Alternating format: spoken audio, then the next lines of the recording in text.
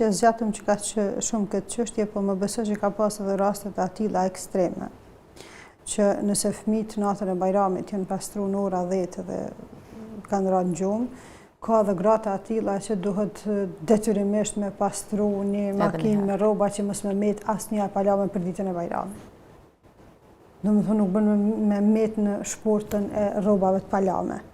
Prandaj këto janë ato ekstremet që nuk të lajnë hiç me mendu për veten edhe nuk mundesh me pushuar, mandej ditën e Bajramit ndihesh e lodhën, nuk mundesh me qenë mjaftueshëm me buzëqeshur, as mjaftueshëm me lumtur. Lumturia jote reflekton edhe te fëmijët, edhe te burri, edhe te njerëzit të tjerë të familjes, e deri tek musafirët që vinë. Prandaj le të mos kapën, domethënë ky është qëllimi që të jetë misioni, mos me abuzu veten deri në këtë mas që mos me pas rroba të palame në shport.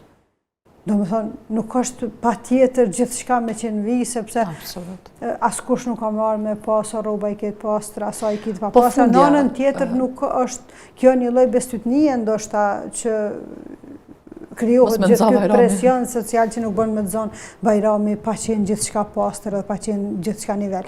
Ti e përmend pastërtia e gjysma e imanit, mjekësia është pastërtia e gjysma e shëndetit. Ne si musliman, sidomos na kemi të patjetërsueshme se vetë fakti që i lan syt 5 herë brenda ditës të bën me kuptu peshën që ka pastërtia në aspektin ton fetar, po jo më tik një kohë që kaq e vlefshme në një mision.